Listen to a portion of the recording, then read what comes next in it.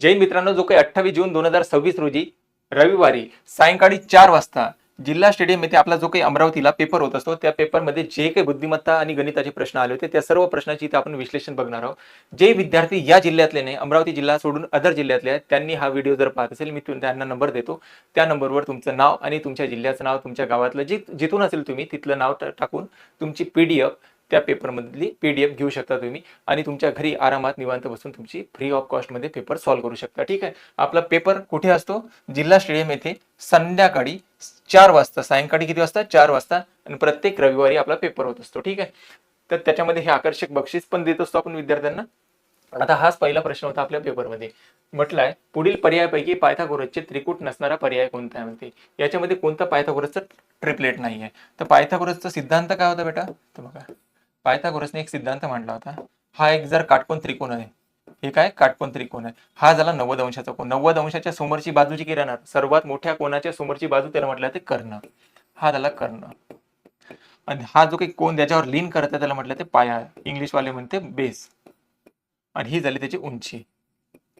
त्याने सिद्धांत मांडला होता पायथागोरसने, कर्णाचा वर्ग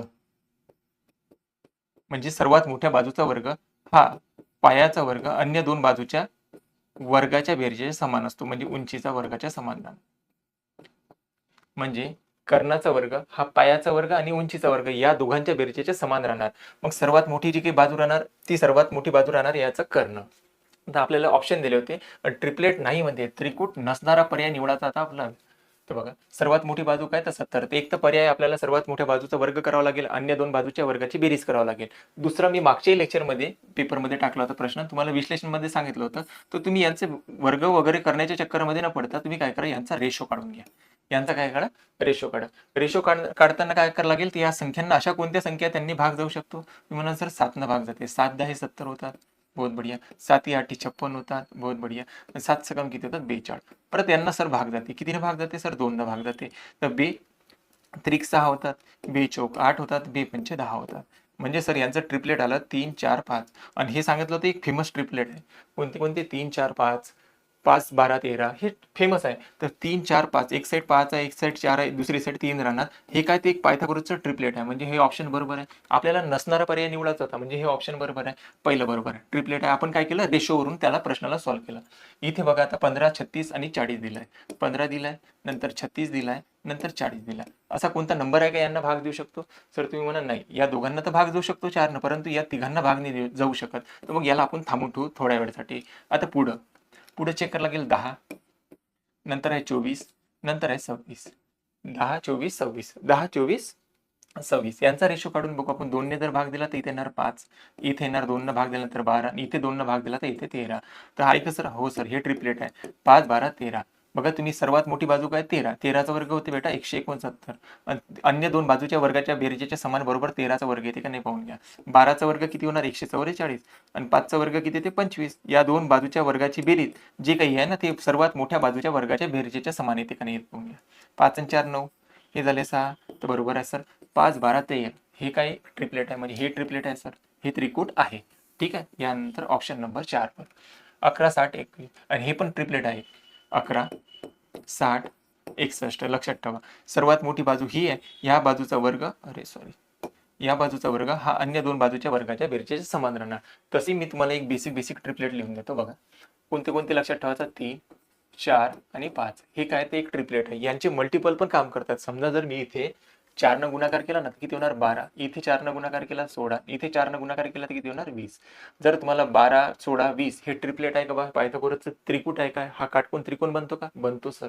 का? यांचा रेशो काढून घ्यायचा आपण. 3 ने जर भाग दिला किती होणार? 4. 3 ने सॉरी काय, 4 ने भाग दिला तर किती होणार बेटा? 3 होणार. 4 ने इथे भाग दिला 4 चौक 16 आणि 4 पंचे 20. तर जसं आपल्याला समजलं सर, 3 4 5 आहे. तर 3 4 5 भाग काय आहे? तर एक ट्रिपलेट आहे, पायथागोरसचं त्रिकूट आहे. बरोबर. तर आणखी एखादं सांगतो की बेसिक ट्रिपलेट लक्षात ठेवा तुम्ही. नंतर 5 12 13, त्याच्यानंतर 7 24 25 हे एक ट्रिपलेट आहे. त्याच्यानंतर 9चं काय आहे? 40 41, 9 40 41 हे एक ट्रिपलेट आहे. त्याच्यानंतर 11चं महत्वाचं आहे. 11चं तर आलंच आहे आपल्याला, 60 61. तुम्ही म्हणा सर हे लक्षात कसे ठेवायचे? लक्षात ठेवण्यासाठी काही नाही, हे विषम संख्या जे काही आहे त्याचे ट्रिपलेट आहे. बघा, 3चा वर्ग किती येते बाबू? 3चा वर्ग होते सर 9. तर 9ला अशा 2 तुकड्यामध्ये ब्रेक करा की त्या दोघांची बेरीज तर 9 आली पाहिजे, परंतु त्या दोन्ही संख्येमध्ये 1चा फरक असला पाहिजे. तर मी सर 2 तुकडे जर म्हटलं तर 4 आणि 5 करू शकतो. झालं मग ट्रिपलेट तयार. 3, 4, 5 ट्रिपलेट आहे. बरोबर ना? तसंच तुम्ही 5च्या बाबतीत करू शकता बघा. 5चं कसं लक्षात ठेवणार? 5चा वर्ग किती होते? 25 होते सर. 25ला असा ब्रेक करा की त्या दोघा तुकड्यांची बेरीज तर 25 आली पाहिजे, परंतु त्या दोन्ही तुकड्यांमध्ये 1चा फरक असला पाहिजे. तुम्ही म्हणा सर एक तुकडा घ्या 12 आणि एक तुकडा घ्या 13. मग या दोघांमध्ये फरक कितीचा आहे? 1चा फरक आहे. बरोबर का नाही? तसंच तुम्ही 7चं पण लक्षात ठेवू शकता. 7चा वर्ग किती होते? 7चा वर्ग होते सर 49. 49ला ब्रेक करा. 49चे सर तुकडे केले 24 आणि 25. 24 आणि 25 या दोघांमध्ये 1चा फरक आहे आणि 24 आणि 25 दोघांची बेरीज किती होते? 49 होता. ठीक आहे ना? तुम्ही अशाच पद्धतीने हे ट्रिपलेट लक्षात ठेवू शकता.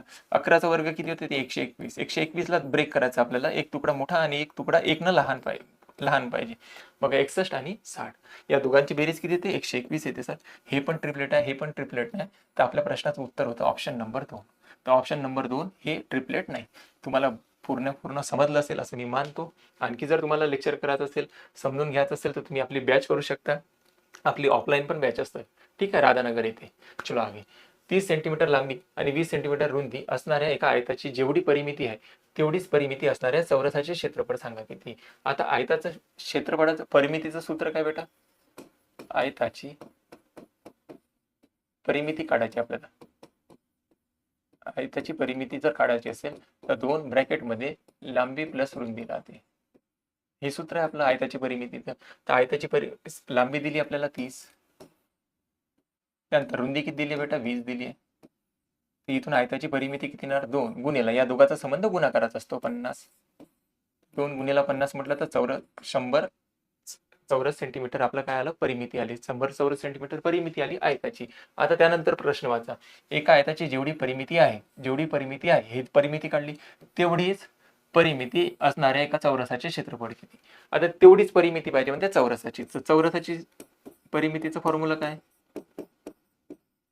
तुम्ही ना सर चौरसाची परिमिती जर काढायची असेल तर 4 गुणिला पाहिजे आपल्याला बाजू.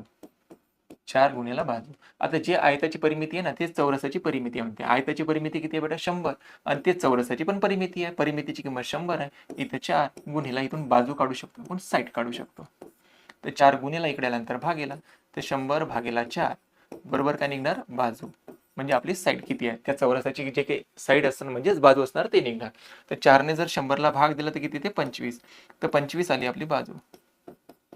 साईड बरोबर किती आलं? 25. आता आपल्याला विचारण्यात आला की ते चौरसाचा एरिया सांगा बा, क्षेत्रफळ सांगा किती. तर चौरसाचं क्षेत्रफळाचं एक सूत्र येते. जे काही बाजू असेल त्या चौरसाची त्या बाजूचा करून घ्यायचा वर्ग. तर बाजू किती निघाली बेटा? बाजू निघाली सर 25. तर 25चा वर्ग आपलं क्षेत्रफळ राहणार. 25चा वर्ग किती होतं? तर 25चा वर्ग होते सर 625. 625 चौरस सेंटीमीटर आपले सवाल का सही जवाब ऑप्शन नंबर 1. ठीक आहे. बघा इथे सोबतच्या आकृतीमध्ये चौरस PQRS चे क्षेत्रफळ 900 चौरस सेंटीमीटर आहे. तर चौरस PQRS च्या बाजूचा मध्यबिंदूला जोडून तयार होणाऱ्या चौरस ABCD चे क्षेत्रफळ सांगा किती. म्हणजे याचे जे काही मिड पॉइंट आहे PQRS जो काही चौरस आणि याचे जे काही मिड पॉइंटवर याच्या मिड पॉइंटवर जोडून एक नवीन चौरस तयार केला त्याचे क्षेत्रफळ सांगा किती. तर जेव्हाही कधी आपल्याला अशी डायग्राम तयार होणार, मोठी एक आकृती आणि त्याच्यामध्ये एखादा चौरस तयार झाला आपला, तर या चौरसाचा एरिया जो काही राहणार ना, हा जो काही पूर्ण चौरस आहे त्या संपूर्ण चौरसाच्या अर्धा राहतो. म्हणजे जो काही बाहेरचा चौरस बनला ना त्याचा जो काही एरिया राहणार ना, त्याचा जो काही एरिया दिला आहे आपल्याला, तर हा जो काही आतमध्ये जो काही चौरस बनला त्याचा अर्धा राहणार. तर बाहेरच्या चौरसाचं क्षेत्रफळ दिलं आपल्याला 900 आणि त्याचा अर्धा किती होते बाबू? त्याचा अर्धा जर केलं तर तो होते सर 450. तो आतमध्ये जो काही चौरस बनला त्याचा एरिया किती येणार? 450 चौरस सेंटीमीटर. एवढंच होतं या प्रश्नामध्ये, बाकी काहीच नाही. एका चौकोनाची चित्तीला 6 पुष्ठे आणि 8 शिरोबिंदू आहेत, तर कडांची संख्या किती आहे? इष्टिका चित्ती कशी असते बेटा? बघा सांगतो आता. अशा आकाराची इष्टिका चित्ती असते, बरोबर ना. वीट जे काही आहे ना ते इष्टिका चित्ती आहे. याला किती पॉईंट आहे? म्हणते 6 पुष्ठ आहेत, बरोबर आहे. 6 पुष्ठ असतात. जो काही आपण लुडो मध्ये खेळतो ना त्याला किती पुष्ठ असतात? 6 पुष्ठ असतात. सेम इष्टिका चित्ती त्याच्यापेक्षा थोडीशी लांब असते, त्याला 6 पुष्ठ असतात. हे तर वाक्य बरोबर आहे. त्यानंतर 8 शिरोबिंदू असतात. कोणते कोणते बेटा? बघा हा एक शिरोबिंदू झाला, दुसऱ्या कलरने करतो. हा एक झाला, दुसरा, तिसरा, चौथा. 4 पुढं आहे ते 4 काय असणार? मागं पण असणार, कारण की 3D राहते. 4 पुढे दिसत आहे तर 4 कुठं राहणार? मागं. तर 8 शिरोबिंदू असतात. तर कडांची संख्या सांगा. ते कडा म्हणजे कोणते होते बेटा? हे जे काय ना हे त्याच्या कडा झाल्या, या झाल्या त्याच्या कडा. कडांची संख्या किती असते? कडांची संख्या असते 12. 8 पृष्ठ 6 पृष्ठ असतात हे लक्षात ठेवायचं. 8 कोन असतात म्हणजे कोपरे असतात. त्यानंतर 12 काय असतात कडा असतात. हा डाटा आपल्या लक्षातच असला पाहिजे नेहमी. तर 12 पूर्वच्या आकृतीतील सर्व षटकोनाच्या बहुभुजाकृती सर्व आंतरकोनाच्या मापाची एकूण बेरीज किती. हा एक षटकोन दिला होता, याच्या आंतरकोनाच्या मापाची आपल्याला बेरीज विचारली होती. जेव्हाही आपल्याला आंतरकोनाच्या मापाची बेरीज काढायची असेल बेटा, एक फॉर्म्युला लक्षात ठेवायचा n-2 आणि गुणिला करायचा 180. आता तुम्ही म्हणा सर n म्हणजे काय, तर n म्हणजे इथे आपल्याला किती कोन दिलेले आहेत. पहिला अँगल दिला 1 2 3 4 5 आणि 6, अशी किती कोण आहे बेटा 6. तर n ची किंमत झाली 6. 6 मधून 2 मायनस झाले, गुणिला करायचा नेहमी 180 डिग्री. आपल्याला डायरेक्ट आंतरकोनाच्या मापाची बेरीज येणार. तर 6 मधून 2 मायनस झाले किती राहतात 4, तर गुणिला 180 डिग्री. तर 18 चौक किती होते 72, 720 डिग्री येणार. सर्व जे काही आपल्याला षटकोन दिला त्याच्या सर्व आंतरकोनाच्या मापाची बेरीज किती येणार 720 येणार बेटा. 720 आपल्या प्रश्नाचा बरोबर आहे. 720 मीटर लांबीची दोरी समान अंतरावर 8 ठिकाणी कापली तर प्रत्येक तुकड्याची लांबी किती डेसिमीटर असेल म्हणते. तर आता 720 मीटरची पट्टी आहे आणि ती किती ठिकाणी कापत आहे 8 ठिकाणी कापत आहे. तर त्याच्यापेक्षा एक जास्तीचा तुकडा बनणार, कारण म्हणजे 8 ठिकाणी कापला ना तर त्याचे होणार 9 तुकडे. कारण की जेव्हा आपण शेवटचा तुकडा कापायला जाऊ तेव्हा शेवटचा जो काही 8वा तुकडा कापणार ना तेव्हा किती तुकडे पडणार आहे 2. म्हणजे 8 ठिकाणी कापले ना सर त्याचे तुकडे होणार 9. आता 720 मीटरच्या पट्टीपासून 9 तुकडे करायचे तर एका तुकड्याची लांबी किती येणार, तर 9 ने जर याला भाग दिला सर येणार 80 मीटरची. 80 मीटरचा एक तुकडा, 80 मीटरचा एक तुकडा इथपर्यंत मान्य आहे. ठीक आहे सर. तर आता आपल्याला डेसिमीटर मध्ये म्हटलं होतं, मीटर मध्ये नका सांगू, मग ते डेसिमीटर मध्ये सांगा. तर 1 मीटर म्हणजे होते बाबू 10 डेसिमीटर.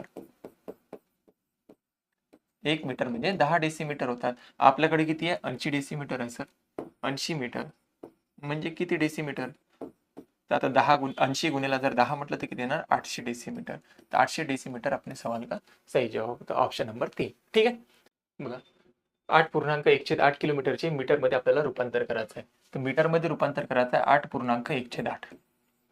तर 1 किलोमीटर म्हणजे होते, किलोमीटर दिला आपल्याला 1 किलोमीटर म्हणजे होते 1000 मीटर. तर हे सर्वचे सर्व दिलं आपल्याला किलोमीटरमध्ये. याला ब्रेक जरी केला तरी चालतं तुम्हाला. हे तर 8 कंप्लीट आहे 8 किलोमीटर. तर 1 किलोमीटर म्हणजे होते 1000 मीटर सर. तर इथं आहे 8 किलोमीटर म्हणजे किती मीटर सर, या दोघांचा गुणाकार करायला लागेल आपल्याला. 8 गुणिला 1000 म्हटलं तर किती येणार 8000 मीटर.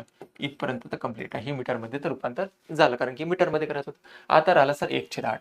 ते 1/8 ला आपल्याला मीटरमध्ये करायचा, किलोमीटरला मीटरमध्ये करायचा, तर याला 1000 ने गुणाकार करून घ्या कारण की 1 किलोमीटर म्हणजे होते सर 1000 मीटर. तर याला 8 ने जर भाग दिला तर 8 एका 8, 8 एका 8, खाली राहणार 2, 8 2 16 आणि 8 5 40. पक्का आहे. तर इथे येणार 0, नाही 125 येणार बरोबर. किती येणार 125. 125 आठवतात 1000. ते सर हे झाले 125 मीटर आणि हे 8000 मीटर. टोटल जर केले तर किती होते बेटा, हे झाले 5 2 1 8, 8125, 8125, 8125 मीटर. 8125 मीटर आपले सवाल का सही जवाब आहे. चला, एका चौरसाचे क्षेत्रफळ दिला 729 चौरस सेंटीमीटर आहे. तर चौरसाची परिमिती विचारला आपल्याला किती. तर चौरसाचा एरिया काढण्याचा एक फॉर्म्युला सांगितला होता तुम्हाला. काय सांगितलं, जी काही बाजू आहे सर या बाजूचा जर तुम्ही वर्ग केला तर काय होते चौरसाचा एरिया निघून जाते, म्हणजे क्षेत्रफळ निघून जाते. तर क्षेत्रफळाची किंमत दिली आपल्याला 720. तर आपल्याला साईड नाही माहित आहे, तर मी काय करतो हा इथून कॅन्सल करतो आणि याला वर्गमुळामध्ये ठेवतो. तर 729 जो काही आहे 729 होता हा 729 कशाचा वर्ग आहे सर 27 चा वर्ग आहे. तर बाजू निघाली आपली 27. परंतु आपल्याला बाजू नाही विचारता प्रश्नवाला, प्रश्न म्हणत आहे की आपल्याला परिमिती सांगा. तर त्याचाही फॉर्म्युला सांगितला होता तुम्हाला. चौरसाची जर परिमिती काढायची आहे, परिमिती काढायची आहे बाबू, तर याचा फॉर्म्युला आहे ते 4 गुणिला बाजू.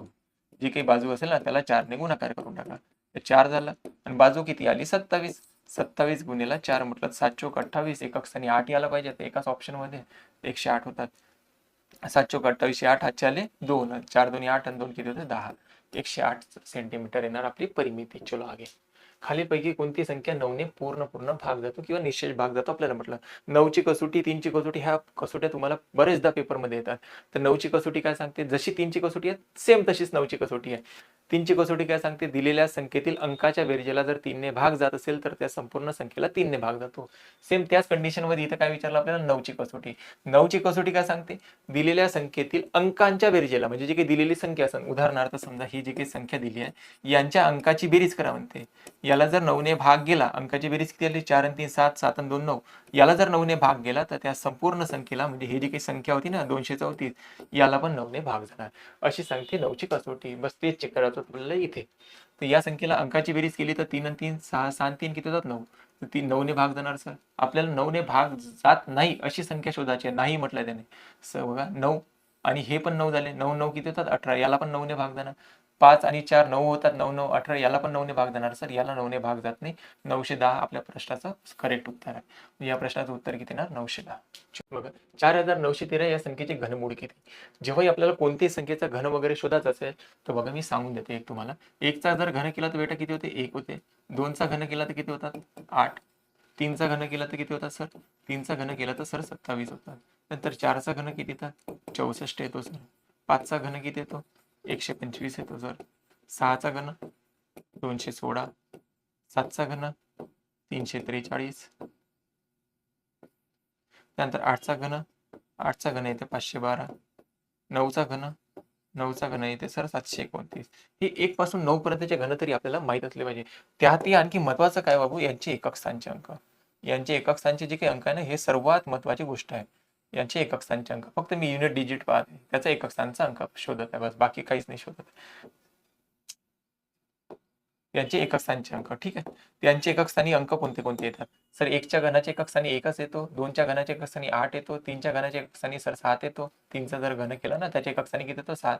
नंतर 4च्या घनाच्या एकक स्थानी 4, 5च्या 5, 6च्या 6, 7च्या किती येतं सर 3, 8च्या घनाच्या एकक स्थानी 2 येतो आणि 9च्या घनाच्या एकक स्थानी 9 येतो. हे ऑब्झर्वेशन आपल्याला माहित असले पाहिजे. आता आपल्याला 4913 ही संख्या दिली होती.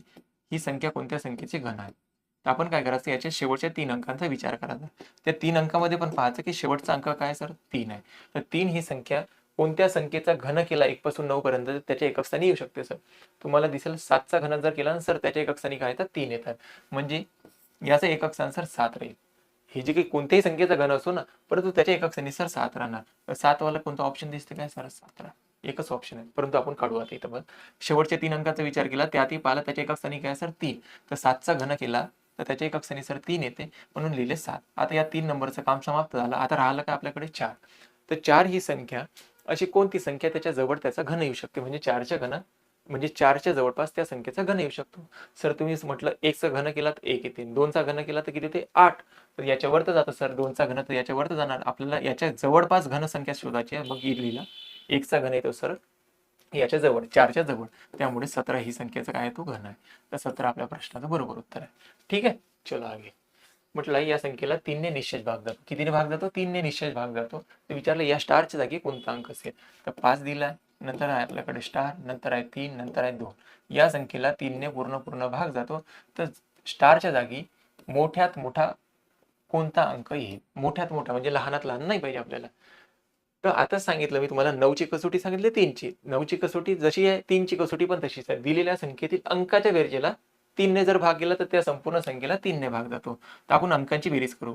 5 आणि 3 8, 8 आणि 2 किती होते बेटा, 8 आणि 2 होते सर 10. बरोबर, 10. त्याच्यानंतर याच्यामध्ये काय सर, स्टार आहे, तर स्टार लिहितो मी इथे. आता असा कोणता नंबर घेऊ बेटा जेणेकरून 3ने भाग गेला पाहिजे. तर 10 मध्ये किती ऍड करणार म्हणजे 3ने भाग जाणारी संख्या तयार होणार. मग जायचं ऑप्शनवर. सर 10 मध्ये जर आपण 5 ऍड केले ना, तर 10 आणि 5 किती होतं, 15. 15ला 3ने भाग जातो. परंतु त्याने काय म्हटलं होतं प्रश्नामध्ये, मोठ्यात मोठी सांगा बा, मोठ्यात मोठी. तर 5 तर मोठी नाही आहे सर, याच्यापेक्षा मोठा पाहिजे आपल्याला. तर 5 तर येऊ नाही शकत सर, 5 पेक्षा लहान आहे, तर हा कॅन्सल झाला. तर 8 ठेवून बघू आपण. बघा 10 मध्ये जर आपण 8 मिळवले किती होतात बेटा, 18. 18ला 3ने भाग जातो का नाही जात, तर 3 से सर 18 होतात. म्हणजे 8 मोठा दिसत आहे सर. 9 जर ठेवलाय, 10 अधिक 9, 10 अधिक 9 किती येतात, 19. 19ला 3ने भाग जाणार का नाही सर, 9 नाही ठेवू शकत. त्यानंतर 2 नाही ठेवू शकत, 5 ठेवू शकतो. परंतु 5 आणि 8 मध्ये मोठा कोण आहे, तर सर 5 आणि 8 मध्ये मोठा आहे सर 8. सॉरी. तर मग कोणता संख्या ठेवू शकतो आपण, 8. मग त्याने तेच विचारलं, तर स्टारची मोठ्यात मोठी किंमत किती आहे, 8. 8 अपने सवाल का सही जवाब. 8 अपने सवाल का सही जवाब. चला नंतर 2 3 5 6 आणि 8 ने निशेष भाग जाणारी लहानात लहान वर्ग संख्या कोणती? आता जर कोणती संख्या वर्ग असेल, आता पहा, या प्रश्नाचं उत्तर सांगतो तुम्हाला कसं काढ. 2, 3, 5, 6 आणि 8 या संख्याने भाग गेला पाहिजे म्हणते, आणि ती संख्या लहानात लहान असली पाहिजे, आणि त्यातही ती संख्या काय असली पाहिजे? वर्ग संख्या असली पाहिजे, त्यातही ती संख्या वर्ग संख्या असायला पाहिजे. तर आपण काय करायचं, जसं लसावी काढतो ना त्याच पद्धतीने आपण यांना भाग द्यायचा, याचे प्राईम फॅक्टर काढायचे. तर 2 ने भाग जातो, 2 ने भाग द्यायला सुरुवात केली, 2 इथे लिहिला, 2 ने इथे भाग दिला तर 1, 2 ने इथे भाग जात नाही तर द्यायचा पण नाही. पूर्ण जर भाग जात असेल तर भाग द्यायचा, नाही जात तर नाही द्यायचा. त्यानंतर 2 ने 5 ला भाग जातो का? नाही. 2 ने 6 ला भाग जातो सर? हो, 3 ना. 2 ने 8 ला भाग दिला तर उत्तर किती येणार? 4. परत भाग जातो बेटा 2 ने, परत द्या 2 ने भाग. इथे 1, इथे 3, इथे 5, इथे 3, परत इथे येणार 2, परत 2 ने भाग जातो, द्याचा 2 ने भाग. 1, 3, 5, 3, 1, परत 3 ला 3 ने भाग जातो, द्या परत. 1, 1, 5, 1, 1, परत 5 ला 5 ने भाग जातो सर? 5 ने 5 ला भाग देऊन द्या. 1, 1, 1, 1, 1. ठीक आहे. आता आपण ज्या ज्या संख्येने भागलो होतो त्यांचा करायचा गुणाकार. 2 गुणिला परत 2 आहे, परत गुणिला 2 आहे, नंतर परत गुणिला किती आहे सर? 3 आहे, आणि परत गुणिला किती आहे? 5. आता त्याने म्हटलं ही संख्या पूर्ण वर्ग असली पाहिजे. आता हा जो गुणाकार झाला आपला, बरोबर ना, या संख्येने आपण भागलो होतो, त्याने म्हटलं की ती संख्या पूर्ण वर्ग असली पाहिजे. जर कोणतीही संख्या पूर्ण वर्ग असेल तर त्याच्यामध्ये 2-2 संख्यांचे पेअर असेल. उदाहरणार्थ जर समजावता झालं मला, 16 ही संख्या वर्ग आहे का नाही? हो सर. त्याच्यामध्ये 4 आणि 4 या 2 संख्यांची एक जोडी आहे, त्यामुळेच ही संख्या काय झाली? वर्ग झाली. जर त्यामध्ये एखाद संख्येची जोडी नसणार तर ती संख्या वर्ग संख्या नसणार. आता पहा तुम्ही, इथे 2 आणि 2 या दोघांची एक जोडी आहे सर. या 2 साठी एक आणखी 2 असता ना, तर काम बनलं असतं. या दोघांची एक जोडी तयार झाली असती, जोडीचं जे काही उत्तर आलं असतं ते काय आलं असतं? एक पूर्ण वर्ग. कारण की पूर्ण वर्ग बनण्यासाठी त्या संख्येची त्या संख्येसोबत जोडी पाहिजे, बरोबर. तर या 2 साठी एक आणखी 2 पाहिजे, तर घेऊन आलो आपण 2. या 3 साठी एक आणखी 3 पाहिजे होता सर, म्हणजे या दोघांची एक जोडी झाली असती. त्यानंतर या 5 साठी एक आणखी 5 पाहिजे होता, म्हणजे या 5-5 ची जोडी झाली असती सर. आता या सर्वांचा गुणाकार जर केला ना, तुम्हाला वर्गच भेटणार आहे. पाहून घ्या.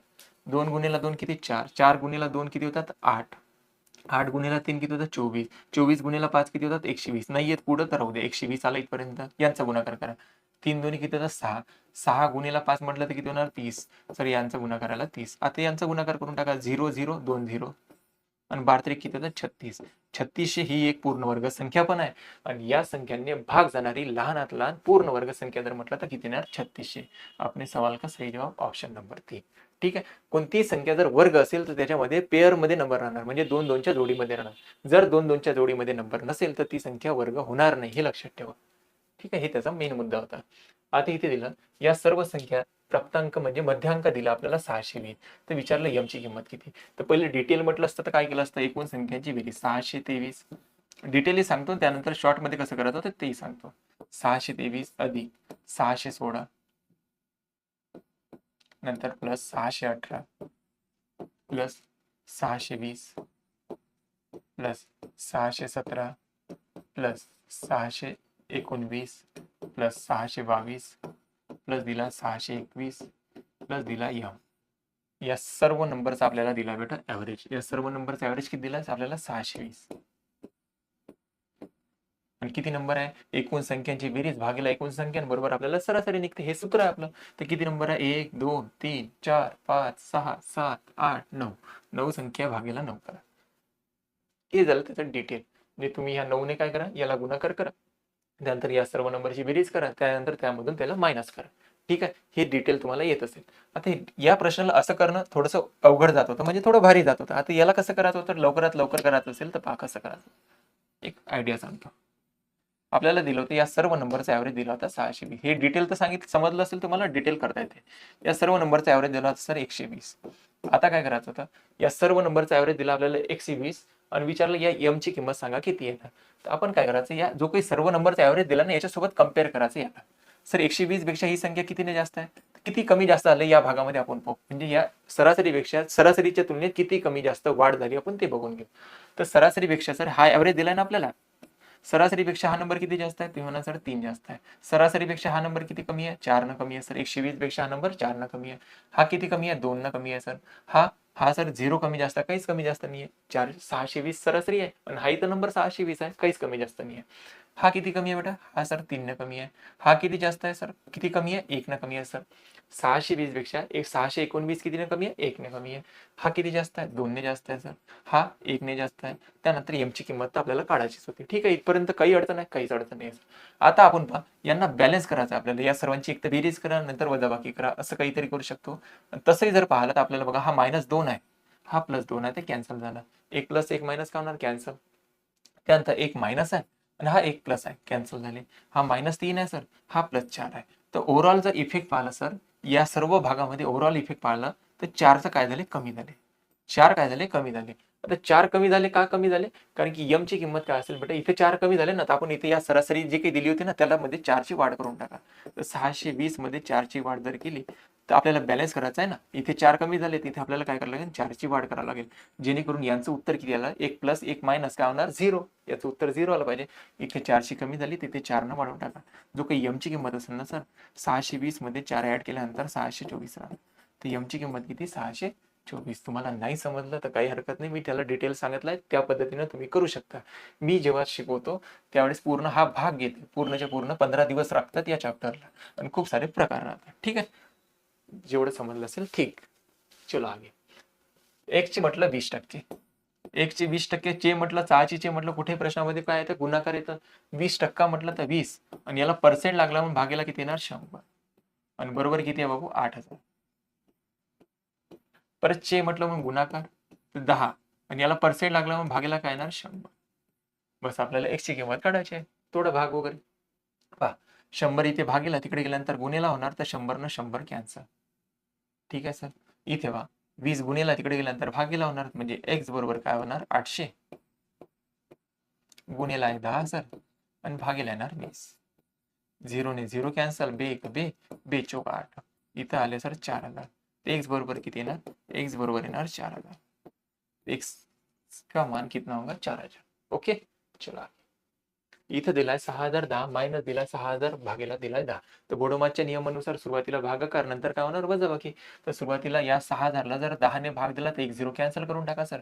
6010 जे काही दिले आहे ना, त्याच्यामधून 600 मायनस करा. 600 मायनस केल्यानंतर इथं 0, इथं राहणार 1 आणि इथं 10 मधून 6 मायनस झाले तर 4, इथं राहणार 5. 5410, 5410 ऑप्शन नंबर 1. चला. साखरेची किंमत शेकडा 25 ने वाढल्यामुळे साखरेचा खप 10 ने कमी झाला. तर उत्पन्नात शेकडा वाढ किंवा शेकडा घट सांगायची किती? तर मानलं आपण 100 रुपये उत्पन्न होतं सुरुवातीला, त्याच्यामध्ये 25% वाढ झाली. तर 100 मध्ये कोणत्याही गोष्टीची वाढ झाली, 25% म्हणा, काही म्हणा, आपण मानलं की सुरुवातीचा खर्च होता 100, त्याच्यामध्ये 25 ची वाढ झाली तर किती होणार नवीन खर्च? 125.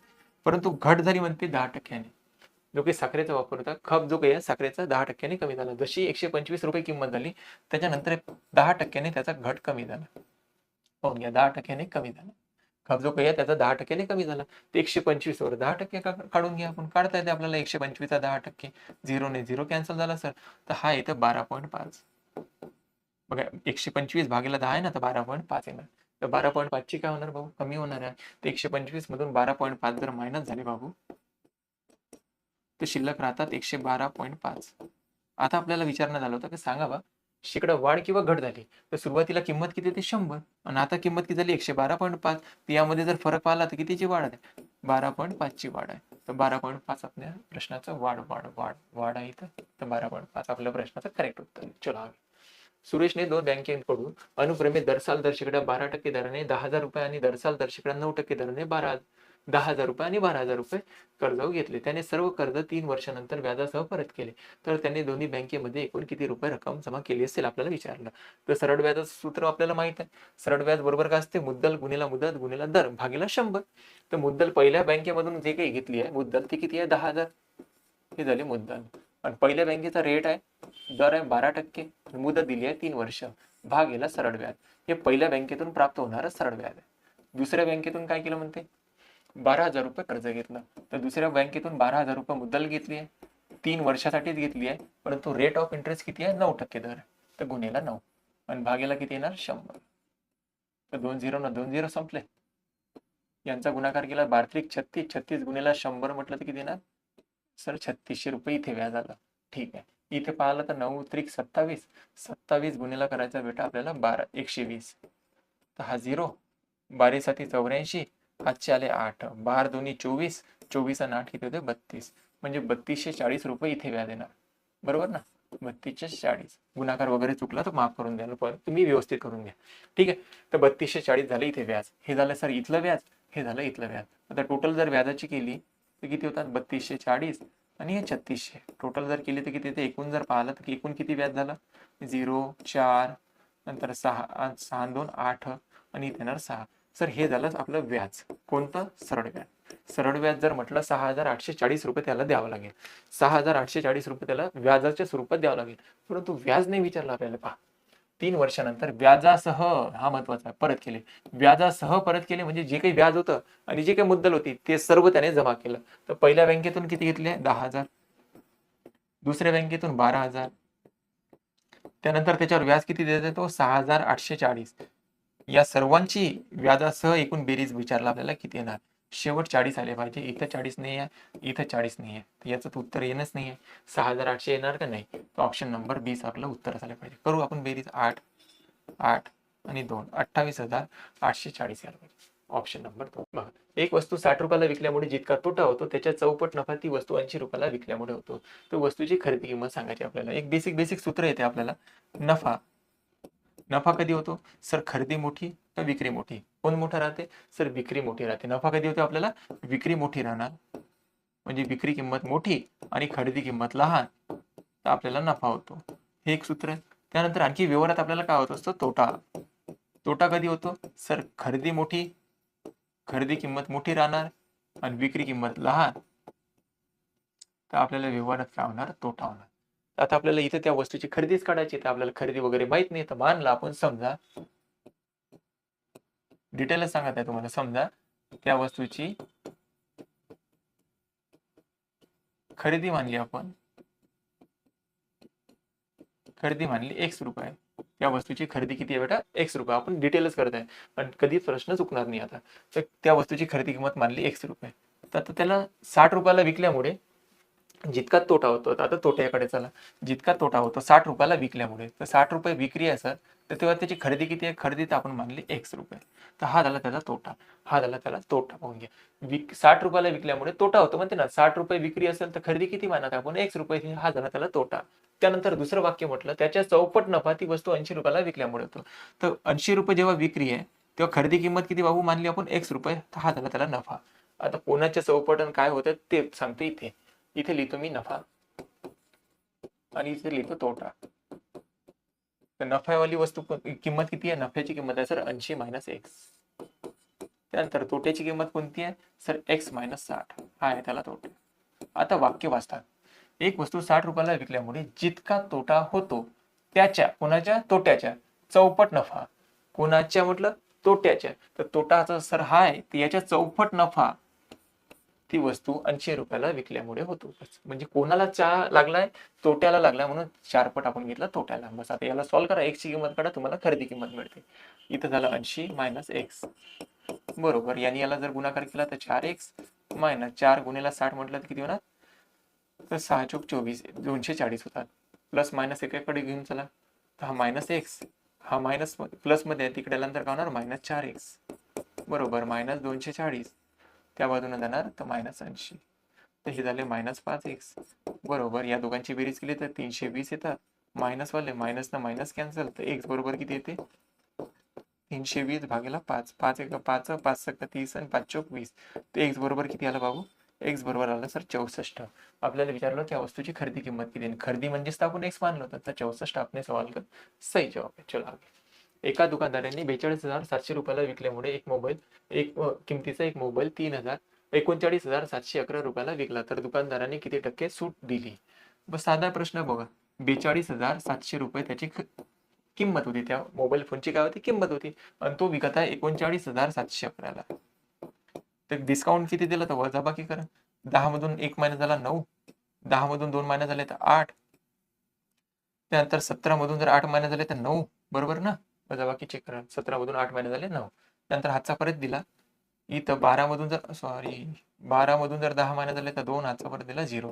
सर एवढी सूट दिली, 2,989 ची सूट दिली त्याला, ही झाली त्याची सूट, इतकी रुपयाची काय झाली, त्याला सूट झाली. त्यांनी ती सूट विचारली पर्सेंट मध्ये सांगा, तर 42,700 रुपयावर त्याला 2,989 रुपये डिस्काउंट देण्यात आलं. त्याने विचारलं पर्सेंट मध्ये बोलो भाई कितना, तर टक्क्यामध्ये सांगा किती टक्के आहे. गुन्हेला 100 केलं, 0 कॅन्सल झाला, 100 कॅन्सल झाले.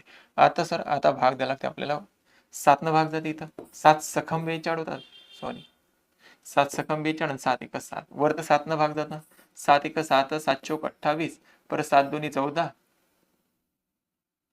बरोबर ना, 7 2 14 होणार, पाहून घ्या, 7 चौक 28 खाली राहतं 1, 7 2 14 आणि 7 7 झालं 49, परत 61 आणि 7 427 आहे. आता तुम्ही पहा, याच्या एकक स्थानी काय सर 1 आहे आणि याच्या एकक स्थानी काय 7, तर 61 ला जर आपण 7 ने गुणाकार केला तर येतं का 462, 427 येते का, करून पहा, 7 1 7, 7 सकम 42 येतात सर. 61 गुन्हेला जर आपण 7 केलं तर होता 427, तर किती पर्सेंट सूट झाली बाबू, 7%. तर 7% अपने सवाल का सही जवाब. चलो, त्यानंतर रामरावनी एक ट्रक दलालामार्फत 6,50,000 रुपयाला विकत घेतला, तर दलालाला 1.5% दलाली दिली, तर त्यांनी ट्रकचे किती रुपये मिळाले असेल, त्यांना ट्रकचे किती रुपये मिळाले, त्यांना ट्रकचे किती रुपये मिळाले असेल. तर 6,50,000 मध्ये ट्रक खरेदी केला, त्याचा 1.5% दलाली दिली. या 1.5% ला मी असं लिहिलं चालेल का 302, आता इथे याला 1.5 म्हणून आपण, तर याचा 302% काढून घेऊ आपण, आणि हा टक्का लागला होता आणि याला पर्सेंट म्हणून भागेला 100. 2 0 ना 2 0 संपले, बे 1 बे, बे 3 6, खाली राहणार 5, बे 2 4, बे 5 10, आणि बरोबर याच्यावर 1 0, या दोघांचा गुणाकार केला तर 0, 5 3 15 5, हात चला 1, 3 2 6 आणि 1 7 आणि 3 3 9. हे झालं सर दलाली. आता दलालाने एवढी दलाली तर घेतलीच असेल, तर 6,50,000 मध्ये रामरावला 9,750 रुपये दलाली मिळाली, 9,750 रुपये दलाली द्यावी लागली. म्हणजे ट्रक त्यांना कितीला मिळाला असेल, या दोघांची बेरीज करा, 5 7 9 5 6, म्हणजे 6,59,750 रुपयाला, 6,59,750 रुपये इतके रुपये दिले असेल रामरावने. ट्रक दिला तर किती रुपयाला मिळाला असेल, तर किती रुपयाला मिळाला, 6,59,750 रुपयाला. चला, तर एक्स बरोबर दिला 37, वाय बरोबर दिला 27, तर एक्स आणि वाय ची किंमत विचारलं किती, आपल्याला साधं विचारलं पहा, एक्स आणि वाय मध्ये काही संबंध नाही म्हणजे गुणाकाराचा संबंध आहे, तर 37 गुणिले आपल्याला विचारत आहे 27 किती, हा एक्स आहे बाबू, हा वाय आहे, या दोघांचा संबंध गुणाकाराचा आहे.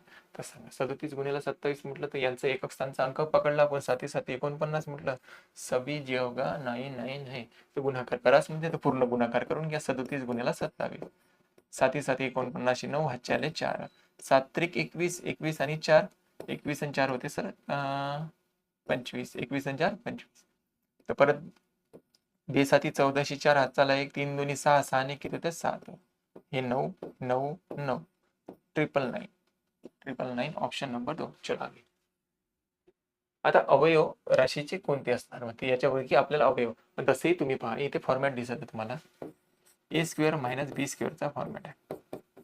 या फॉर्म्युला जर सॉल्व्ह केला तर आपल्याला काय होतं, ए मायनस बी एका ब्रॅकेटमध्ये, ए प्लस बी एका ब्रॅकेटमध्ये, तेच तर दिसत आहे बघा, प्लस आहे आणि एक मायनस आहे, हा ए असेल हा बी आहे, हा ए आणि हा बी असं जरी मानलं तरी चालते. इथं होणार काय बेटा, एक्स वर्ग plus minus minus minus minus minus B वर्ग, बी म्हणजे काय इथं 7चा वर्ग, तर असं काही ऑप्शन आहे काय, इथं नाही आहे, इथं नाही आहे, इथे नाही आहे, इथे पण सॉरी इथे नाही आहे, इथे नाही आहे, नंतर इथे आहे का, नाही आहे, हा सर एक्स वर्ग आणि हा 49, याने 7चा वर्गाला आपल्याला 49 लिहिलं, याला असं लिहू शकतो आपण, एक्स वर्ग मायनस आणि 7चा वर्ग किती होता 49.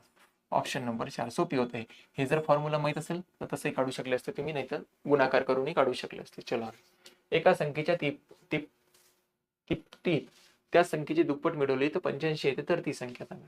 आता ती संख्या वगैरे काहीच माहित नाही तर आपण मानून घ्यायचं काहीतरी एखादा नंबर, मानलं ती संख्या आहे सर एक्स, याची तिप्पट, याची जर तिप्पट केली तर किती येते बाबू 3x होते, आणि याची दुप्पट केली तर किती येते 2x होते, आणि या दोघांची बेरीज केली तर म्हणते आपल्याला 85 प्राप्त होतात, असं त्या प्रश्नाचं म्हणणं, आपलं काहीच म्हणणं नाही. ठीक आहे, प्रश्न म्हणते या दोघांची बेरीज मिळवली म्हणजे काय, तर बेरीज केली तर 85 येते, तर दोघांची बेरीज करा, हे झाले 5x सर बरोबर 85, तर x बरोबर किती येणार 85 भागेला 5, तर 5 1 5 5 1 5, 17 5 85 होतात, x बरोबर किती आला 17.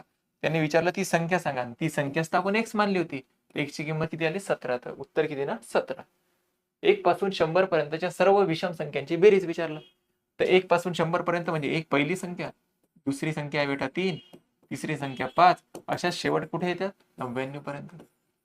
कारण की 100 थोडी येणार, 100 कोणती आहे समसंख्या असतात, याच्या आतमध्ये पाहिजे ना आपल्याला विषम, तर कोणती येणार शेवटची 99. जर क्रमागत विषम संख्यांची बेरीज विचारताय विषम संख्यांची, तर अशा वेळेस काय करायचं, पहिली विषम संख्या आणि शेवटची विषम संख्या याची दोघांची बेरीज करायची. पहिली विषम शेवटची विषम लक्षात ठेवा, क्रमागत असेल 1 पासून सुरुवात झाली असेल तर पहिली आणि शेवटची या दोघांची बेरीज भागेला करायचे 2.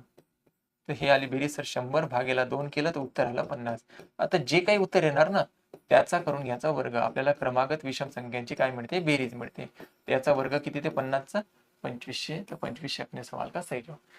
क्रमागत विषम संख्या तर पहिली संख्या शेवटची संख्या दोघांची बेरीज भागेला 2, जे उत्तर येणार त्याचा काय करायचा वर्ग. ते राहते क्रमागत विषम संख्यांची बेरीज. डायरेक्ट सर्वात लहान नैसर्गिक संख्या व सर्वात मोठी ऋण पूर्णांक संख्या यांच्यातील फरक किती. तर पहा नंबर लाईन आहे आपली, त्याच्यामध्ये मधात सेंटरमध्ये कोण येते 0 येते, या बाजूने येते -1 -2, बरोबर ना, -2 -3 असं चालतं ना इकडे. त्यानंतर इकडे राहते पॉझिटिव्ह नंबर +1, लिहित नसतो 2 3 4 असं चालतंय. आता आपल्याला यावरच विचारला प्रश्न, सर्वात लहान नैसर्गिक संख्या. सर्वात लहान नैसर्गिक संख्या कोणती येते बाबू 1. इथपर्यंत ठीक आहे. सर्वात मोठी ऋण, ऋण म्हणजे काय होते मायनस, ऋण पूर्णांक संख्या. आता सर्वात मोठा ऋण नंबर कोणता आहे, तर सर्वात मोठा ऋण नंबर आहे बाबू 1. कोणता मायनस वाला 1, कारण की हे तर सर्व लहान होणार, -1 सर्व होणार. सर्वात मोठा ऋण पूर्णांक संख्या, ऋण पूर्णांक संख्या कोणती आहे -1. यांच्यातील फरक किती, या दोघांमधला आपल्याला विचारला फरक किती. तर पहा मायनस गुणिला मायनस प्लस 1 अधिक 1 किती होते बाबू 2. या दोघांमध्ये फरक किती ते 2. चलो आगे. आता हा वर्गमूळ विचारला, याचा वर्गमूळ किती. तर सर्व घनसंख्यांची बेरीज काढायची आहे. जेव्हाही आपल्याला क्रमागत घनसंख्यांची बेरीज काढायची आहे, एक सूत्र येते बाबू कोणतं, n ब्रॅकेटमध्ये n अधिक 1 भागेला 2. याचं जे काही उत्तर येणार ना त्याचा करून घ्यायचा वर्ग. हे घनसंख्यांची बेरीज काढण्याचं फॉर्म्युला आहे. क्रमागत जर घनसंख्या आहे त्यांची बेरीज काढायची आहे, तर n ब्रॅकेटमध्ये n अधिक 1 भागेला 2 केलं तर आपल्याला, आणि त्याचं जे काही उत्तर येणार त्याचा करायचा वर्ग. आपल्याला मिळणार घनसंख्यांची बेरीज. आता इथे क्रमागत असं दिसत आहे, ह्या संख्या कुठपर्यंत आहे 8 पर्यंत, आणि इथे n म्हणजे काय होणार एकूण संख्या. एकूण संख्या किती आहे 8 आहे सर. तर 8 गुणिला 8 ने किती होते 9 भागेला किती येणार 2. तर 2 1 2 2 चौक 8, बरोबर ना. 9 चौक किती झाले 36. जर यांची बेरीज पाहिली ना सर, यांची बेरीज येते 36. त्याचा काय करायचं आपल्याला 36चा वर्ग करायचा. आणि हे सगळं कशामध्ये दिलाय वर्गमुळामध्ये दिलाय. हे कशात दिला बेटा वर्गमुळामध्ये दिलाय, तर वर्गमुळामध्ये लिहिलं. इथपर्यंत क्लिअर आहे किंवा सर क्लिअर. तर वर्गमुळामध्ये 36चा वर्ग म्हटलं तर 36 गुणिले 36 येणार, बरोबर ना. आणि या वर्गमुळामध्ये जी संख्या असते सर ती तर 2दा असते, तर ती वर्गमुळाच्या बाहेर आल्यानंतर किती येणार एकच 36 येणार सर. या दोघांपैकी 36 पैकी एक 36 येणार. तर आपले सवाल का सही जवाब येत ना होगा 36. चला आगे. माझे घरी मी पूर्वेकडे तोंड, आता इथून बुद्धिमत्तेचे प्रश्न सुरू झाले आपले, लवकरात लवकर होते बघा. माझ्या घरी मी पूर्वेकडे तोंड करून उभा आहे. तर पूर्व दिशा असते कुठे, पूर्व असते या बाजूला उजव्या बाजूला, त्याच्या समोर असते सर पश्चिम दिशा, वरत असते उत्तर, खाली असते दक्षिण. ह्या तर मुख्य दिशा आपल्याला लक्षात आलं. उपदिशा पण सांगतो आहे पुढे प्रश्न. माझ्या घरी मी पूर्वेकडे तोंड करून उभा आहे.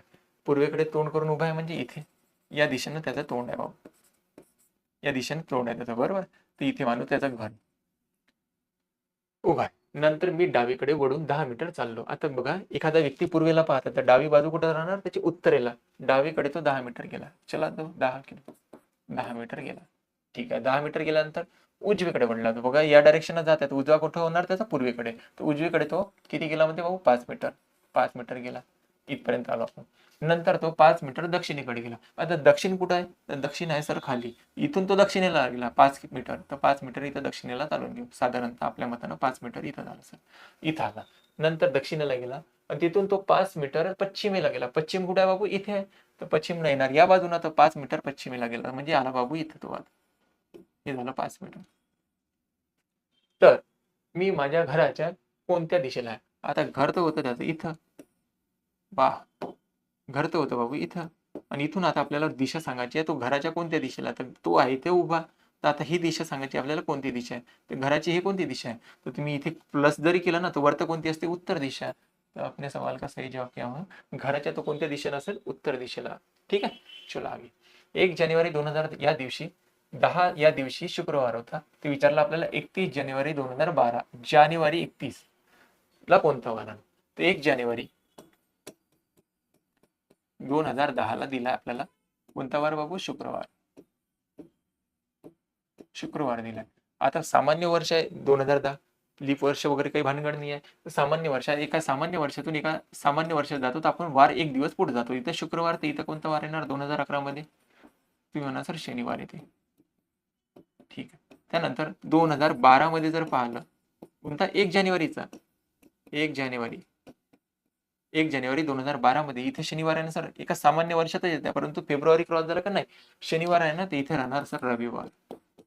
फेब्रुवारी क्रॉस झालो नाहीये आपण रविवाराला, कधीच आपण 1 जानेवारीचा. आणि आपल्याला प्रश्नामध्ये विचारलं का 31 जानेवारी, किती विचारलं?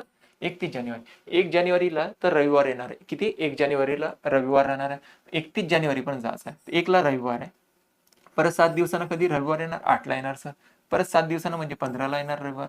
परत 7 दिवसानंतर कितीला? 22 ला येणार सर. परत 7 दिवसानंतर म्हणजे 29 ला रविवार येणार सर. इथं तर रविवार आहे, कन्फर्म आहे, 29 ला रविवार आहे. काही अडचण इथपर्यंत नाही सर, कारण की 1 ला रविवार आला, नंतर 8 ला येणार, नंतर 15 ला, नंतर 22 ला, नंतर 7-7 दिवसाच्या गॅप 29 ला येणार सर. 30 ला कोणता येणार सर? तर तुम्ही म्हणा सर सोमवार येते. आणि 31 ला कोणता येणार? 31 ला येणार सर मंगळवार. आणि आपल्याला विचारलं का आता सांगा, 31 जानेवारीचा वार कोणता आहे? तर 31 जानेवारीचा वार कोणता आहे? ते मंगळवार. मंगळवार बरोबर असेल या प्रश्नाचं उत्तर. घड्याळात 11:20 वाजले असताना तास काटा आणि मिनिट काटा याच्यामध्ये होणारा कोण सांगायचा आपल्याला. जेव्हाही आपल्याला घड्याळीत कोण विचारणार, तर कोण जेव्हाही विचारते तर आपण काय करायचं, जो काही तास दिलाय त्या तासाला आपण गुणाचं 60 म्हणजे 30 ने, तासाला गुणाचा बेटा आपण 30 ने, आणि जे काही मिनिटं राहणार ना त्या मिनिटाला गुणाचा आपण 5.5 ने. बस या दोघांची आपल्याला वजाबाकी करायची आहे, गुणाकार करून वजाबाकी करायची, आपल्याला कोण मिळून जाणार. तर तासाला आपण नेहमी गुणाचा, हा तास आहे हवर्स, पण हा काय मिनिट आहे. तर तासाला आपण 30 ने गुणाकार करू. 11 त्रिक किती होतात? 33 सर. हा गुणाकाराला 330. त्यानंतर मिनिटाला गुणाचा नेहमी 5.5 ना. ते 55 गुणिले 10 म्हटलं तर किती? 55 गुणिले 2 म्हटलं तर किती होणार? 110 होते सर. यावर 1 0 आहे, तर 1 0 लावून देतो. पॉईंट नंतर एक संख्या हे निघून जाणार. त्यानंतर काय करायचं, हा जो काही गुणाकार आला या दोघांची करायची वजाबाकी. 330 मायनस 110, 0 इथं राहते 2 आणि इथं राहतात सर 2, 220. जर ही बेरीज, हा निघाला आपला दुसरा अँगल, ही बेरीज जर 180च्या पुढे गेली असेल तर आपण काय करायचं, ह्या वजाबाकीला ही वजाबाकी केली बेटा, याला आपण 360 मधून मायनस करायचं. 360 पूर्ण घड्याळाचं एरिया असते, त्याच्यामधून 220 मायनस करतो तर दुसरा अँगल निघून जातो आपला. दुसरा अँगल किती राहणार? 140 डिग्री. तर दुसरा अँगल विचारला तर आपल्याला 140 डिग्री आपल्या प्रश्नाचं करेक्ट उत्तर आहे. चलो पुढील गटात विसंगत पर्याय विचारला. भ्रमणध्वनी, आंतरजाल, दूरध्वनी आणि संगणक. अलग कोण आहे? संगणक. हे सर्व संवादाचे साधन आहे. ठीक आहे. संगणक आपण काम करतो. खाली रिकाम्या जागी म्हणजे संख्या शोधायची आपल्याला, कोणती येणार. या दोघांमध्ये फरक पहा बेटा, किती येते? 4चा येते सर. या दोघांमध्ये 6चा फरक येते, या दोघांमध्ये 8चा फरक येते, या दोघांमध्ये 2चा फरक वाढला, इथे पण 2 न वाढलं, इथे पण 2 न परत वाढवणार, म्हणजे इथे येणार सर 10चा फरक.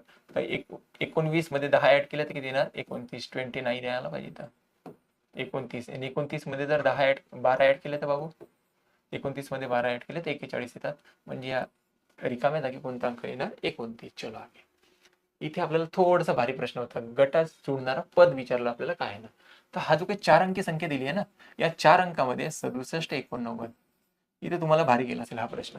जेव्हाही कधी असं एक लॉजिक सांगून देतो, या दोन संख्यांचे गट करायचे, 89 आणि 67. या दोघांमध्ये फरक पहा बरं कितीचा आहे.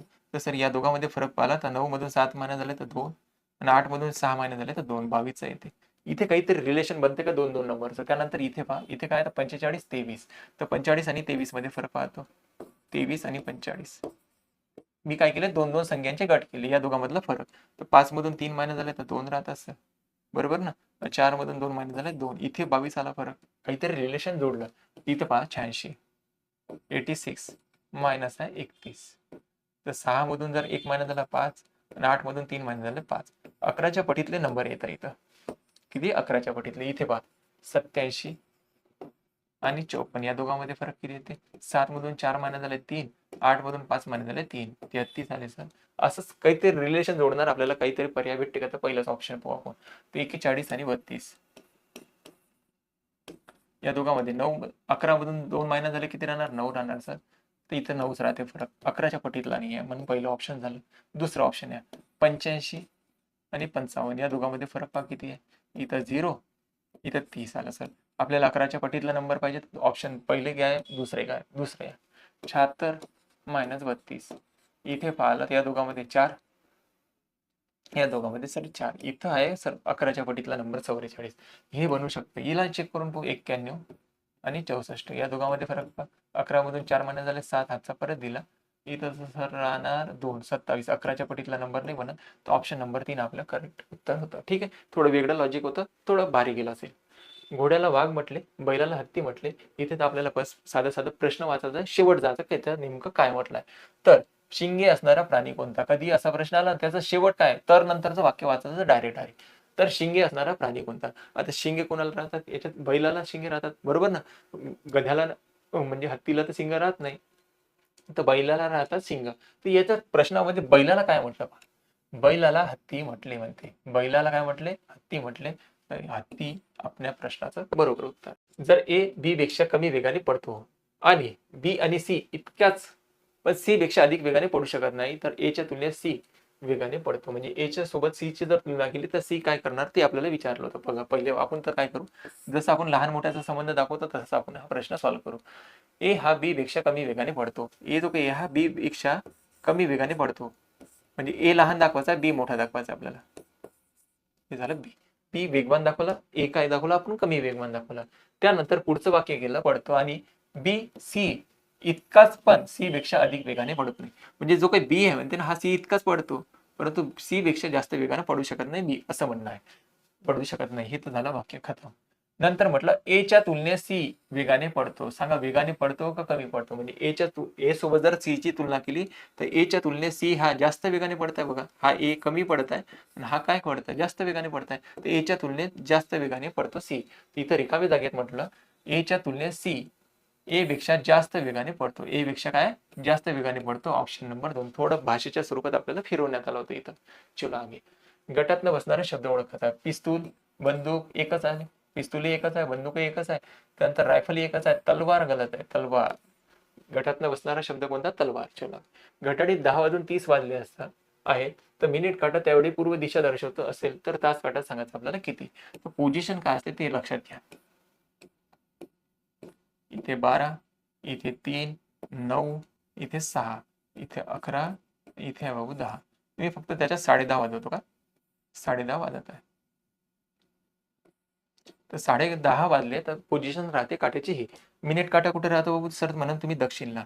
आणि त्यानंतर तास काटा कुठे राहतो? तर सर ही कोणती दिशा असते? वायव्य दिशा असते. पहा वरतं उत्तर, खाली दक्षिण, उजव्या बाजूला पूर्व आणि त्याच्या समोर राहते पश्चिम.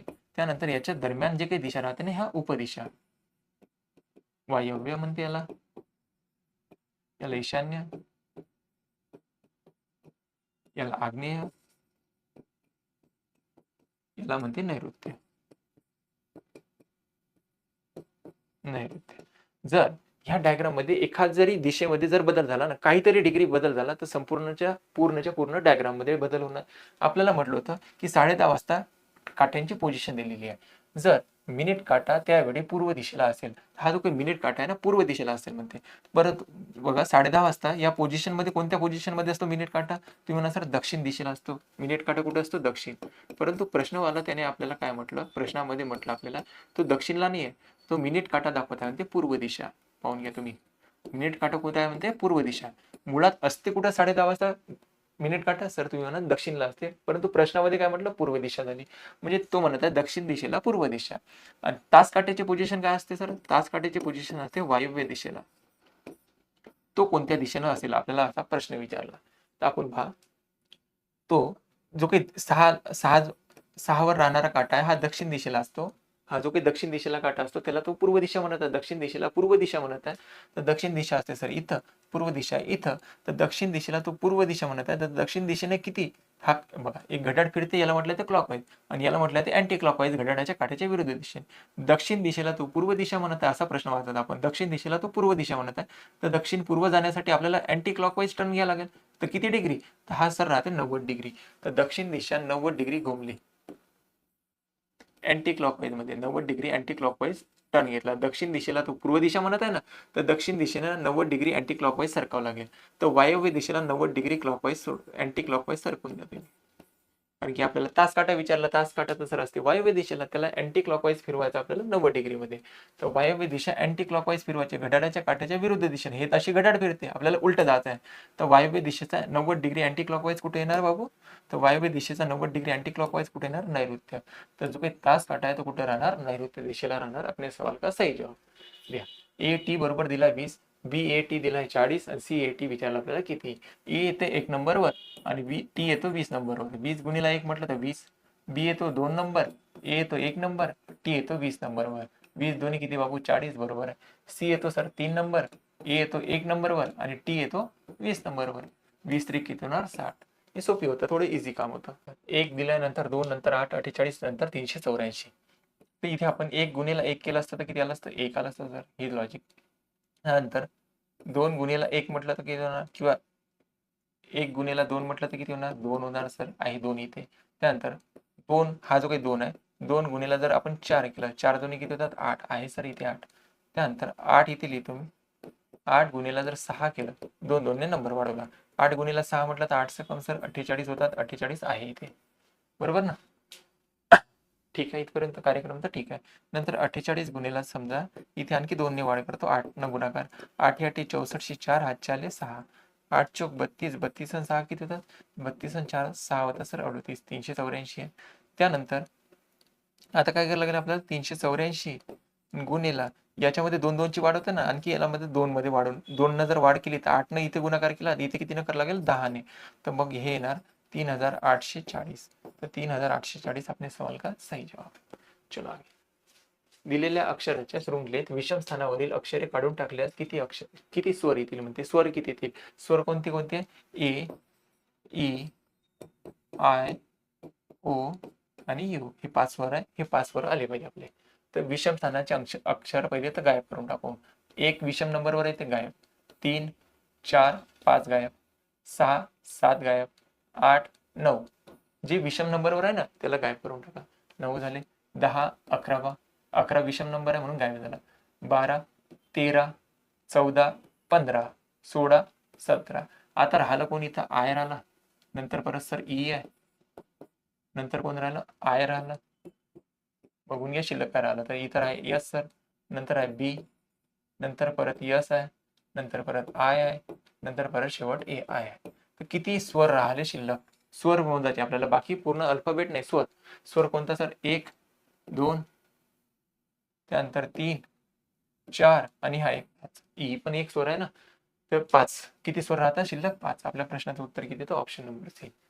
तर हा थोडासा मी तिथे लागेल तर मिस्टेक दिला असेल प्रश्न, बरोबर आहे. आता करून टाकू आपण त्याला. काही मध्ये शाळा प्रयोगशाळा आहे, काही शाळा प्रयोगशाळा आहे. आपण वेन डायग्रामने प्रश्न सॉल्व्ह करत असतो. काही शाळा ते आपण याला गोलाची किंमत मानली शाळा आहे, आणि काही म्हटलं तर याचा काहीतरी भाग प्रयोगशाळेमध्ये दाखवायचा आहे. प्रयोगशाळा. तर आता ही जी काही डायग्राम तयार झाली, काही शाळा प्रयोगशाळा आहे, म्हणजे दोघांचा काहीतरी संबंध आहे. दोघांचा काही सर्व संबंध आहे, या दोघांचा संबंध आहे, तर मग आपला हा संबंध येणार, हा कॉमन भाग या दोघांमध्ये काहीतरी आहे. हे तर पहिल्या याच्यावरून काढलेली डायग्राम. त्याच्यानंतर दुसरं वाक्य वाचा, सर्व प्रयोगशाळा सिनेमागृह आहे. जे काही सर्वच्या सर्व प्रयोगशाळा आहे ना म्हणते, हा जे काही प्रयोगशाळा आहे, सर्वच्या सर्व प्रयोगशाळा ह्या सिनेमागृहाच्या आतमध्ये आल्या पाहिजे. तर सिनेमागृह इथे लिहिलं, त्याच्या आतमध्ये प्रयोगशाळा, म्हणजे सर्वच्या सर्व प्रयोगशाळा सिनेमागृह आहे. आता आपल्याला निष्कर्ष काय दिले? 2 वाक्य दिले होते. काही सिनेमागृह शाळा आहे.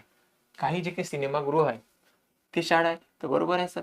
यांचा जो काही भाग आहे ना कॉमन, शाळेचा जो काही कॉमन भाग आहे तो काय सिनेमागृहामध्ये लागलाय, तर पहिलं वाक्य तर बरोबर आहे. त्यानंतर दुसरं जे काही दिलं ना, दुसरं आपल्याला सेम जे काही दुसरं स्टेटमेंट होतं तेच दिलेलं आहे. जर आपल्याला प्रश्नामध्ये जे काही वाक्य दिलं होतं निष्कर्षामध्ये पण तेच असेल तर ते पण वाक्य काय असते? बरोबर असते. तेच वाक्य दिलं बघा, सर्व प्रयोगशाळा सिनेमागृह आहे, आणि इथे तेच म्हटलं सर्व प्रयोगशाळा सिनेमागृह आहेत. म्हणजे हे पण दोन्ही स्टेटमेंट काय होते आपले बरोबर होते. निष्कर्ष 1 आणि 2 सत्य आहे, हे उत्तर आपलं बरोबर असायला पाहिजे. मी तिथे जर मिस्टेकनं काहीतरी कमी जास्त दिलं असेल, म्हणजे पहिलं दिलं होतं का दुसरं मलाही पण लक्षात नाहीये, परंतु उत्तर किती राहणार 3 नंबर. ठीक आहे, चलो आगे. एका सांकेतिक भाषेत म्हणजे हे लिहिलेलं आहे, याच्यासाठी हा कोड लिहिलेला आणि आपल्याला विचारलं त्याच्यासाठी काय कोणता कोड असणार. तर लावू आपण ABCDs लिहायला लागेल आपल्याला. ABCDEFGHIJKLM.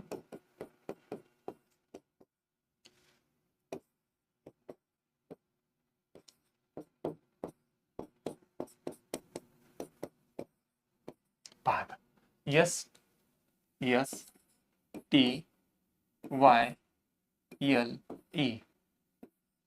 याच्यासाठी आपल्याला काय कोड केलेला आहे, PQVIB हा कोड केलेला आहे. P साठी काय वापरत आहे बेटा, P वापरत आहे सर. S साठी काय वापरलं, P. तर बघा S इथे असतो सर, P आहे इथे, तो मागं जात आहे. कितव्या नंबरवर मागं जात आहे, 1 2 3, 3 अल्फाबेट सर तो मागं गेला. त्यानंतर T साठी काय वापरला, T साठी वापरला सर Q. T आहे सर इथं, Q आहे इथं, बघा 3 मागं गेला, 1 2 3. म्हणजे प्रत्येक अल्फाबेट मध्ये काय होते, तीन अल्फाबेट काय करतात, मागं येत आहे, मागं जात आहे तो. तर आपल्याला विचारलं होतं SME आणि EL याच्यासाठी कोणता कोड होणार. एस साठी मागे जाणार 3 अक्षर, एस साठी मागे जायचं आहे 3 अक्षर, 1 2 3. P ने सुरुवात व्हायला पाहिजे ऑप्शनची, तर P ने सर्वच ऑप्शनची सुरुवात झाली तर राहू द्या. आता आणखीच काढू. M साठी 3 अक्षर मागे जायचं आहे, M साठी 3 अक्षर मागं, 1 2 3. तिसरं अक्षर काय ते बेटा, J. तर P नंतर J असला पाहिजे. P नंतर J नाही आहे, इथे नाही आहे, इथे नाही आहे. P नंतर J इथे आहे आणि इथे आहे.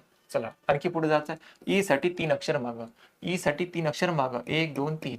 PJB असला पाहिजे नंतर. PJB इथं नाही आहे बेटा, ऑप्शन नंबर पहिलाच आपलं उत्तर आहे. चला इथे आपल्याला म्हटलं होतं या स्टारच्या जागी कोणता अंक आहे. तर पहिले नंबर लिहून घ्या तुम्ही, 6 3. नंतर आहे बाबू स्टार, नंतर प्लस करायचा आहे 3, नंतर स्टार आहे इथे, नंतर इथं 4 आहे, नंतर प्लस स्टार इथे आहे, 6 आहे, 2 आहे. या सर्वांची जर बेरीज केली तर म्हणते आपल्याला 1 स्टार परत स्टार असा येतो. या सर्वांची जर बेरीज केली तर आता आपल्याला डोकं लावायचं की या स्टारच्या जागी कोणता अंक असेल. तर ती या स्टारची किंमत काय ठेवणार आहे, जी किंमत इथे ठेवायची ती किंमत इथे ठेवायची, तीच किंमत इथे ठेवायची आहे. आणि या दोन्ही स्टारची किंमत एक, म्हणजे संपूर्ण स्टारची किंमत काय एकच राहणार आहे. तर कोणती राहू शकते, तर ते शोधायचं आपल्याला. 4 आणि 2 किती होतात, 6 होते सर. 6 मध्ये असा कोणता नंबर ऍड करू म्हणजे जेणेकरून त्याचं एकक स्थान 1 आलं पाहिजे. तर तुम्ही म्हणाल सर 6 मध्ये जर तुम्ही 5 ठेवले ना, तुमचं काम जमून येईल. 5 आणि 6 किती होतं, 11. 11शी 1 हातचाला 1, हातचाला 1. इथे पण 5च ठेवावं लागेल. तर बघा इथे 5 ठेवून पहा. 6 आणि 5 11, 11 आणि 4 किती होते बाबू, 11 आणि 4 होते सर 15. इथे 5 येणार आहे, सॉरी इथे काय ते बेटा 5च येते. मग तुम्ही इथे स्टारच्या जागी 5 ठेवला नाही, इथे 5 ठेवा सर. 15शी 5 हातचाला 1, पहा इथे 5च येणार. 6 आणि 1 7, 7 आणि 3 10, 10 आणि 5 किती होते, 15शी 5 हातचाला 1, एक जशाच तसा. म्हणजे हा जो काही स्टार होता ना बाबू, या स्टारच्या जागी काय होता सर 5 होते. आपल्याला उत्तर किती राहणार, 5. तुम्हाला हे असं हिट अँड ट्राय करावं लागतं. एका सांकेतिक भाषेत दिल्या 786 म्हणजे स्टडी व्हेरी हार्ड. 786 786 याचा अर्थ दिलेला आपल्याला स्टडी व्हेरी हार्ड. चल 158 याच्यासाठी कोड काय केलाय, हार्ड वर्क आणि पे हा कोड केलाय. त्यानंतर 6 5 4, 6 4 5 याच्यासाठी काय केलेला कोड, स्टडी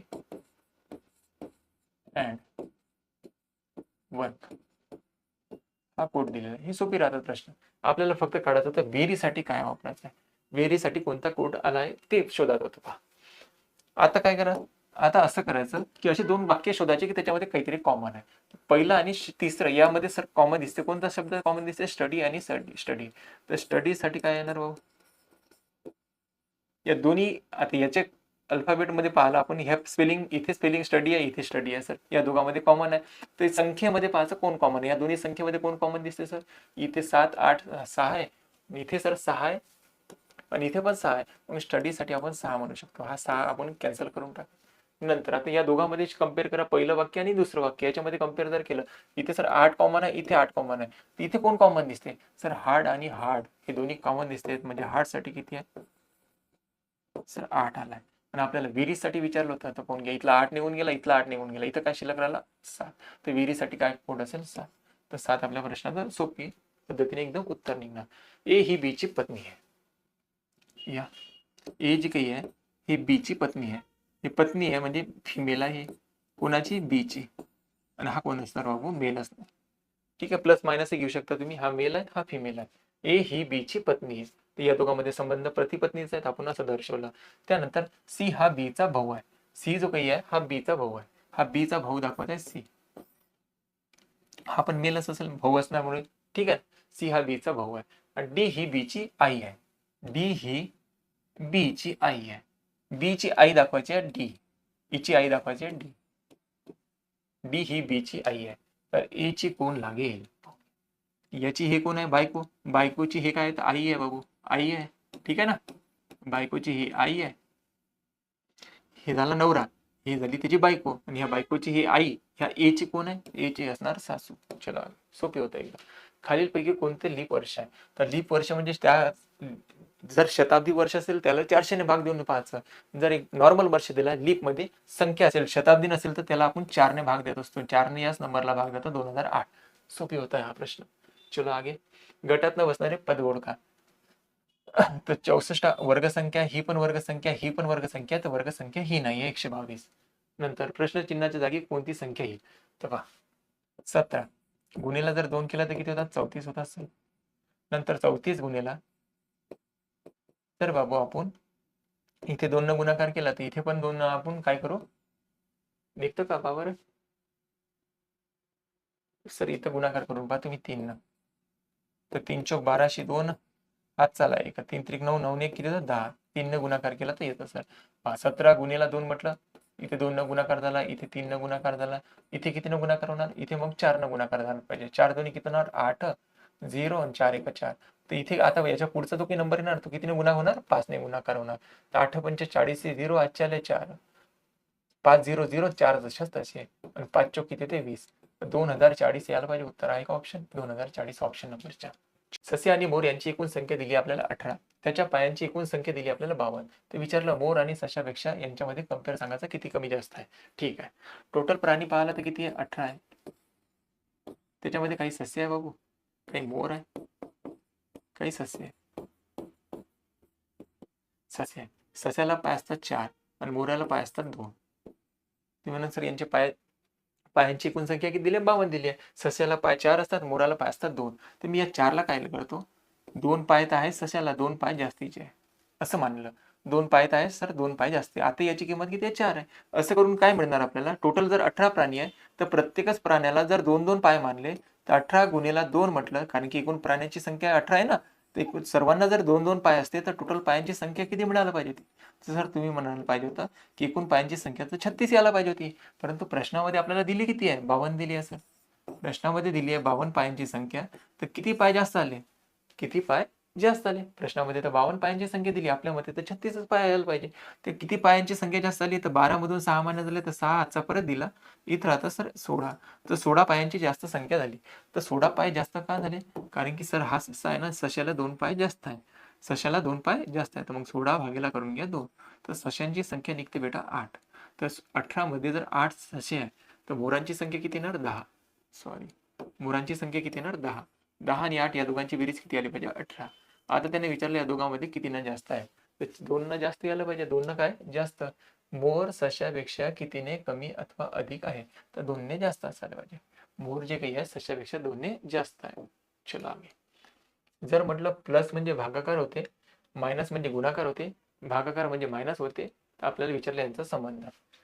प्लस साठी काय दिलेलं आहे? प्लस म्हणजे काय? तर भागाकार. म्हणजे इथं 12 प्लस दिलाय, भागीला येणार बेटा 4. नंतर परत भागाकार, भागाकार साठी काय वापरायचं आहे? म्हणते मायनस, तर मायनस येणार 3 भाऊ. आणि मायनस साठी काय? मायनस साठी आहे सर गुणा. आणि गुणासाठी काय वापरायचं आहे? गुणासाठी वापरायचं आहे प्लस. बस आता बोडोमासच्या नियमानुसार आपल्याला साध्या साध्या पद्धतीने याचं उत्तर काढायचं आहे. सुरुवातीला भागाकार होणार, तर 4 1 4, 4 3 12, -3 गुणेला 5, गुणाकारी करून घ्या तुम्ही, 3 5 किती होणार 15, भागाकार झाला नंतर गुणाकार प्लस 2. एक तर आपण सिक्वेन्स न करा, या प्लस प्लसची बेरीज करून टाका. 2 आणि 3 आणि 2 किती होतात 5 होतात सर, -15. 15 मधून 5 मायनस झाले तर मायनस संख्या येणार, कारण की मोठ्या संख्येचं चिन्ह मायनस यायला पाहिजे 10. -10 अपने सवाल का सही जवाब. चलो आगे. खालीलपैकी कोणता पर्याय चुकीचा आहे? इथे आपल्याला रोमन संख्या माहित पाहिजे. x ची किंमत किती होते? x म्हणजे काय होते? इंग्लिश मधला जर I लिहिला ना तर तो होते 1. जर इंग्लिश मधला v लिहिला ना तर तो होते सर 5. इंग्लिश मधला आणखी काय आहे? x जर लिहिला तर तो होते 10.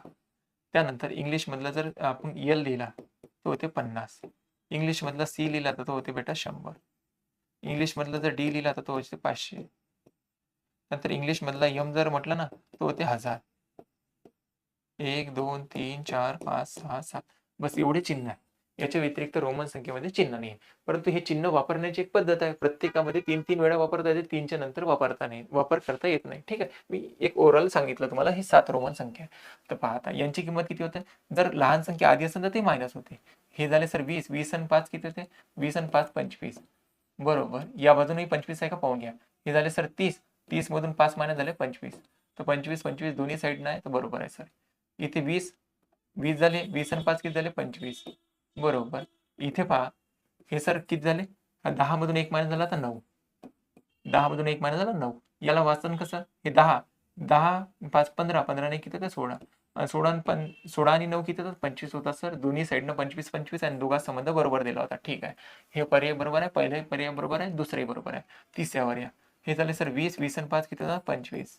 त्यानंतर बरोबर चिन्ह आहे तर बरोबर. हे किती झाले बेटा 11 प्लस हे 10 आणि 5 किती होते 15. या दोघांची बेरीज 25 येते का? नाही. हेच चुकलं, गलत आहे सर. त्यानंतर इथे पहा हे झाले 30 बरोबर 20 आणि हे 4 24 आणि हे सर 6. हे 30 ते हे 30 दोघांमध्ये संबंध बरोबर दिलाय. दोघांमध्ये संबंध बरोबर दिलाय तर हे पण बरोबर आहे. तर ऑप्शन नंबर 3 आपल्या प्रश्नाचं बरोबर उत्तर होतं. ठीक आहे. दिवसातून किती वेळा मिनिट काटा आणि तास काटा यांच्यामध्ये एकमेकांवर येतात म्हणते. तर हे तर पाठच असतं तुमचं 22 वेळा. ठीक आहे. ओके. तुम्हाला पेपरचं विश्लेषण कसं वाटत आहे बेटा? तुम्हाला नक्की कमेंट बॉक्समध्ये सांगायचं आहे. अशा पद्धतीने आपला हा पेपर होता. ठीक आहे. तुम्ही जर अमरावती जिल्ह्यातल्या राहत असेल तर तुम्ही नक्की या पेपरला यायचं आणि जेवढी काही मी एफर्ट घेत आहे, जेवढी काही मेहनत घेत आहे, तर तुम्हाला दिसत असेल पेपरची लेवल पण चांगली देत आहे. ठीक आहे ना. आणि ते फ्री ऑफ कॉस्टमध्ये देत आहेत. तुमचं एक काम आहे बेटा, एखादा तुमचा जो काही मित्र असेल त्यांच्याकडे हा व्हिडिओ शेअर करायचा आहे आणि या व्हिडिओला लाईक करायचा आहे. ठीक आहे. बाकी तर तुम्ही करतच आहे, पाहतच आहे. ठीक आहे. भेटू पुढच्या व्हिडिओमध्ये. आणि तुम्हाला जर पेपरमध्ये हा पेपर पाहिजे असेल ऑफलाईनला तर हा नंबरवर तुम्ही मेसेज करू शकता. परंतु तुमच्या जिल्ह्याचं नाव आणि तुमचं नाव सांगणे अपेक्षित आहे. ठीक आहे. भेटू पुढच्या व्हिडिओमध्ये तुमच्या पेपरला. तोपर्यंत जय हिंद, जय महाराष्ट्र.